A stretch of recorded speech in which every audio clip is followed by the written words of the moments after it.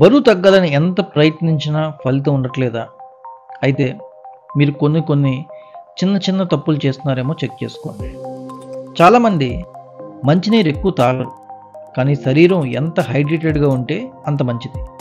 నీటి వలన metabolism, energy levels పెరుగుతాయి, తద్వారా బరువు తగ్గుతారు.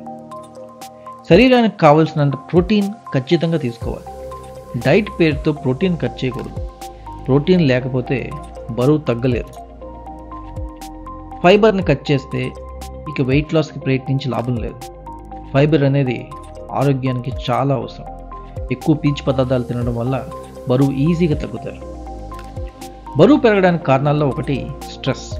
అందుకే స్ట్రెస్ తీసుకుంటే మూడు మారిపోతుంది, ఎక్కువ తినాలనిపిస్తుంది. ఇది వెయిట్ లాస్ జర్నీని దెబ్బతీస్తుంది.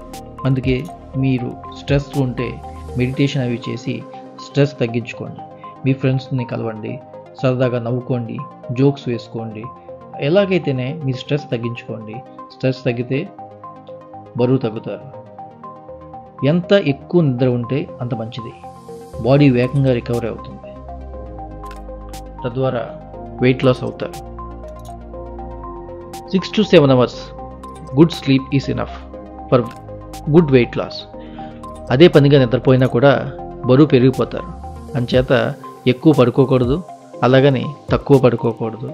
6 to 7 hours మంచి స్లీప్, క్వాలిటీ స్లీప్ ఉంటే శరీరం అలసట నుంచి రికవరీ అయ్యి మీకు స్ట్రెస్ని తగ్గించి మీ బరువు తగ్గేలాగా తోడ్పడుతుంది.